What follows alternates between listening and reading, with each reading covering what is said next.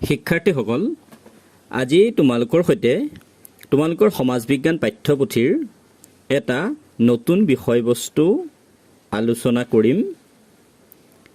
আমি মূল বিষয়বস্তুলৈ যোৱাৰ আগতে তোমালোকক কেইখনমান ছবি দেখুৱাব বিচাৰিছোঁ। এই ছবিকেইখনলৈ মন কৰাচোন। এই ছবিকেইখন দেখি তোমালোকৰ মনলৈ কি ধাৰণা আহিছে বাৰু? তোমালোকে নিশ্চয়কৈ ধৰিব পাৰিছা যে এই ছবিকেইখন হৈছে কেইটামান ৰাজনৈতিক দলৰ প্ৰতীক চিহ্ন। ভাৰতবৰ্ষৰ কেইটামান ৰাজনৈতিক দলৰ এয়া প্ৰতীক চিহ্ন, হয়নে? তোমালোকে নিশ্চয় গম পাইছা যে আজি তোমালোকৰ সৈতে আলোচনা কৰিবলগীয়া বিষয়টো হৈছে তোমালোকৰ সমাজ বিজ্ঞান পাঠ্যপুথিৰ ৰাজনীতি খণ্ডৰ প্ৰথমটো পাঠ, ভাৰতৰ ৰাজনৈতিক দলসমূহ। আহাচোন আমি পাঠটি আৰম্ভ কৰোঁ। এতিয়া আমি প্ৰথমে জানিব লাগিব ৰাজনৈতিক দলৰ ধাৰণাটোনো কেনেকৈ আহিল, হয়নে? যেতিয়া ৰাষ্ট্ৰ পৰিচালনাৰ ক্ষেত্ৰত ৰাজতন্ত্ৰ প্ৰচলন আছিল, তেতিয়া ৰজাই আছিল ৰাষ্ট্ৰ পৰিচালনাৰ একচ্ছত্ৰী শাসক। ৰাজতন্ত্ৰ প্ৰচলন থাকোঁতে ৰজাই ৰাষ্ট্ৰ শাসনৰ ক্ষেত্ৰত বা ৰাষ্ট্ৰ পৰিচালনাৰ ক্ষেত্ৰত ৰজা আছিল একচ্ছত্ৰী শাসক। যেতিয়াই ৰাজতন্ত্ৰৰ বিলোপ হৈ গণতান্ত্ৰিক ধ্যান ধাৰণাৰ জন্ম হ'ল, তেতিয়াৰ পৰাই ৰাজনৈতিক দলৰ যিটো ধাৰণা, সেই ধাৰণাটোৱে গুৰুত্ব লাভ কৰিলে। গণতন্ত্ৰৰ জন্মৰ লগে লগেই ৰাজনৈতিক দলেও আত্মপ্ৰকাশ কৰিলে আৰু ই গণতান্ত্ৰিক শাসন ব্যৱস্থাৰ এটা অংগ হৈ পৰিল। এতিয়া এই ৰাজনৈতিক দল অবিহনে গণতন্ত্ৰ অচল। আমি ক'ব পাৰোঁ গণতন্ত্ৰ আৰু ৰাজনৈতিক দল এটা আনটোৰ পৰিপূৰক। ৰাজনৈতিক দল অবিহনে যেনেকৈ গণতন্ত্ৰ অচল, ঠিক তেনেদৰে গণতন্ত্ৰৰ অবিহনেও ৰাজনৈতিক দল অৰ্থহীন। এতিয়া ৰাজনৈতিক দল মানে কি বুলি ক'লে আমি ক'ব লাগিব, ৰাজনৈতিক দল হৈছে নিৰ্দিষ্ট ৰাজনৈতিক মতাদৰ্শৰে সংগঠিত হোৱা কিছুমান ব্যক্তিৰ সংগঠন, যি দেশৰ নিৰ্বাচনত প্ৰতিদ্বন্দ্বিতা কৰে আৰু দেশখন পৰিচালনাৰ ক্ষেত্ৰত গণতান্ত্ৰিক প্ৰক্ৰিয়াৰে অংশগ্ৰহণ কৰে। এই ৰাজনৈতিক দল হৈছে শাসক আৰু জনসাধাৰণৰ মাজত এক যোগসূত্ৰ। শাসক যিয়ে দেশখন পৰিচালনা কৰে আৰু জনসাধাৰণ বা ৰাইজৰ মাজত এক যোগসূত্ৰ স্থাপন কৰিবৰ কাৰণেই ৰাজনৈতিক দলৰ প্ৰয়োজন। এই ৰাজনৈতিক দলে কি কৰে? সৰ্বসাধাৰণ মানুহক প্ৰশাসনৰ ওচৰ চপাই আনে।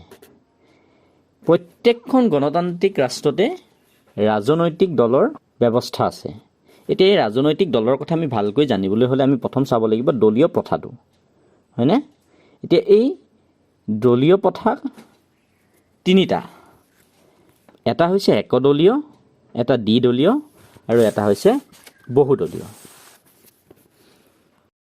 অৰ্থাৎ কিছুমান ৰাষ্ট্ৰত একদলীয় শাসন ব্যৱস্থা আছে, কিছুমানত দ্বিদলীয় শাসন ব্যৱস্থা আছে আৰু ক'ৰবাত বহুদলীয় শাসন ব্যৱস্থা আছে। এতিয়া এই একদলীয় শাসন ব্যৱস্থাত কেৱল মাত্ৰ এটাহে ৰাজনৈতিক দল থাকে। একদলীয় শাসন ব্যৱস্থা প্ৰচলন থকা এখন ৰাষ্ট্ৰ হৈছে চীন। আনহাতে দ্বিদলীয় শাসন ব্যৱস্থাত দুটা ৰাজনৈতিক দল থাকে আৰু জনসাধাৰণে সেই দল দুটাৰ নীতি আদৰ্শ পচন্দ কৰি যিকোনো এটা দলক সমৰ্থন কৰে। দ্বিদলীয় শাসন ব্যৱস্থা প্ৰচলন থকা ৰাষ্ট্ৰসমূহ হৈছে ইংলেণ্ড, আমেৰিকা আদি।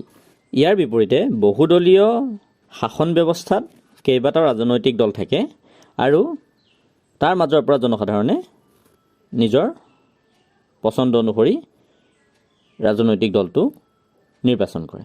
এতিয়া এই বহুদলীয় শাসন ব্যৱস্থা প্ৰচলন থকা কেইখনমান ৰাষ্ট্ৰ হৈছে ভাৰতবৰ্ষ, বাংলাদেশ, পাকিস্তান আদি। এই যে একদলীয়, দ্বিদলীয় আৰু বহুদলীয় শাসন ব্যৱস্থাৰ কথা আমি পালোঁ, সেই একদলীয় শাসন ব্যৱস্থা থকা ৰাষ্ট্ৰক বহুতেই প্ৰকৃত গণতান্ত্ৰিক ৰাষ্ট্ৰ বুলি ক'ব নোখোজে। কিন্তু সেই ৰাষ্ট্ৰসমূহে য'ত একদলীয় ৰাষ্ট্ৰ প্ৰচলন আছে, একদলীয় শাসন ব্যৱস্থা প্ৰচলন আছে, সেই ৰাষ্ট্ৰসমূহেও নিজকে গণতান্ত্ৰিক ৰাষ্ট্ৰ বুলি দাবী কৰে। আৰু এই কথাটো আমি জানিব লাগিব যে যিসমূহ বহুদলীয় শাসন ব্যৱস্থা থকা ৰাষ্ট্ৰ, তাত গণতন্ত্ৰত সঘনে কিছুমান ৰাজনৈতিক সংকট আহি থাকে। কিন্তু যিসমূহ দ্বিদলীয় শাসন ব্যৱস্থা থকা ৰাষ্ট্ৰ, তাত বৰ বিশেষ ৰাজনৈতিক সংকট আহি নাথাকে। আৰু সেইকাৰণে বহুদলীয় শাসন ব্যৱস্থা থকা গণতন্ত্ৰতকৈ দ্বিদলীয় ব্যৱস্থা থকা গণতন্ত্ৰক অধিক সুস্থিৰ আৰু সবল বুলি কোৱা হয়। এতিয়া আমি ৰাজনৈতিক দলৰ কেইটামান গুৰুত্বপূৰ্ণ বৈশিষ্ট্য চাব লাগিব যে গণতান্ত্ৰিক ৰাষ্ট্ৰ এখনত ৰাজনৈতিক দল এটাৰ বাবে প্ৰয়োজনীয় কি কি বৈশিষ্ট্য আছে, সেই বৈশিষ্ট্যকেইটা আমি চাব লাগিব। ৰাজনৈতিক দলৰ প্ৰথমটো বৈশিষ্ট্য হৈছে সংগঠন, অৰ্থাৎ তেওঁলোক এটা সংগঠনৰ ৰূপত থাকিব লাগিব। ৰাজনৈতিক দলটো এটা সংগঠনৰ ৰূপত বা সংগঠিতভাৱে থাকিব লাগিব। দ্বিতীয়তে দিলে নীতি আদৰ্শ আৰু আঁচনি। ৰাজনৈতিক দলটোৰ কিছুমান নীতি আদৰ্শ থাকিব লাগিব, অৰ্থাৎ সেই সংগঠনটো কিছুমান নীতি আদৰ্শৰ ওপৰত প্ৰতিষ্ঠিত হ'ব লাগিব আৰু তেওঁলোকে বিভিন্ন ধৰণৰ পৰিকল্পনা বা আঁচনি তেওঁলোকৰ থাকিব লাগিব। তৃতীয়তে ক'লে ক্ষমতা দখলৰ বাবে আকাংক্ষা, অৰ্থাৎ চৰকাৰ গঠন কৰিবৰ বাবে তেওঁলোকৰ আশা আকাংক্ষা থাকিব লাগিব। অৰ্থাৎ তেওঁলোকে ক্ষমতা দখল কৰি নিৰ্বাচনত জয়ী হৈ চৰকাৰ গঠন কৰিবৰ বাবে তেওঁলোকৰ আশা বা আকাংক্ষা থাকিব লাগিব। আৰু চতুৰ্থতে ক'লে যে জাতীয় স্বাৰ্থৰ প্ৰতি সন্মান, দেশখনৰ স্বাৰ্থৰ প্ৰতি তেওঁলোকৰ সন্মান থাকিব লাগিব। তেওঁলোকে দেশখনৰ স্বাৰ্থবোৰক বা দেশখনৰ ভালৰ বাবে কাম কৰিবৰ বাবে, দেশখনৰ প্ৰগতিৰ বাবে কাম কৰিবৰ বাবে তেওঁলোকৰ আশা আকাংক্ষা বা নীতি আদৰ্শ থাকিব লাগিব। ইতিমধ্যে আমি পাই আহিছোঁ যে গণতান্ত্ৰিক ৰাষ্ট্ৰ এখনৰ বাবে ৰাজনৈতিক দল অতি প্ৰয়োজনীয়, হয়নে? ৰাজনৈতিক দলৰ অবিহনে বৰ্তমানৰ যিটো গণতান্ত্ৰিক ধাৰণা, সেই ধাৰণাটো বৰ্তি থাকিব নোৱাৰে। এতিয়া আমি ৰাজনৈতিক দলৰ কিছুমান প্ৰধান কাম আমি চাম বা প্ৰধান কাৰ্য আমি চাব লাগিব। গণতান্ত্ৰিক ৰাষ্ট্ৰ এখনৰ ৰাজনৈতিক দল এটাৰনো কি কি প্ৰধান কাম থাকে, সেই কামকেইটা আমি এতিয়া চাম। ৰাজনৈতিক দলৰ প্ৰধান কাৰ্যসমূহৰ ভিতৰত প্ৰথমতে আছে জনগণক ৰাজনৈতিক শিক্ষা প্ৰদানেৰে শিক্ষিত কৰা। অৰ্থাৎ ৰাজনৈতিক দলসমূহে জনসাধাৰণক ৰাজনৈতিকভাৱে শিক্ষিত কৰে, ৰাজনীতিৰ শিক্ষা প্ৰদান কৰে। দ্বিতীয়তে ক'লে জনগণৰ মনত ৰাজনৈতিক সজাগতা বৃদ্ধি কৰে। ৰাজনৈতিক দলে, আমি আগতেও পাই আহিছোঁ যে ৰাজনৈতিক দলে চৰকাৰ আৰু জনসাধাৰণৰ মাজত এটা যোগসূত্ৰ স্থাপন কৰে আৰু জনসাধাৰণক ৰাজনৈতিক দলে ৰাজনৈতিকভাৱে সজাগ আৰু সচেতন কৰি তোলে। তৃতীয়তে ক'লে জনমত গঠন কৰা। ৰাজনৈতিক দলে কি কৰে? জনসাধাৰণক ৰাজনৈতিকভাৱে শিক্ষিত কৰাৰ লগতে তেওঁলোকক ৰাজনৈতিকভাৱে সজাগ আৰু সচেতন কৰে আৰু ইয়াৰ জৰিয়তে জনসাধাৰণৰ মাজত জনমত গঠনত সহায় কৰে।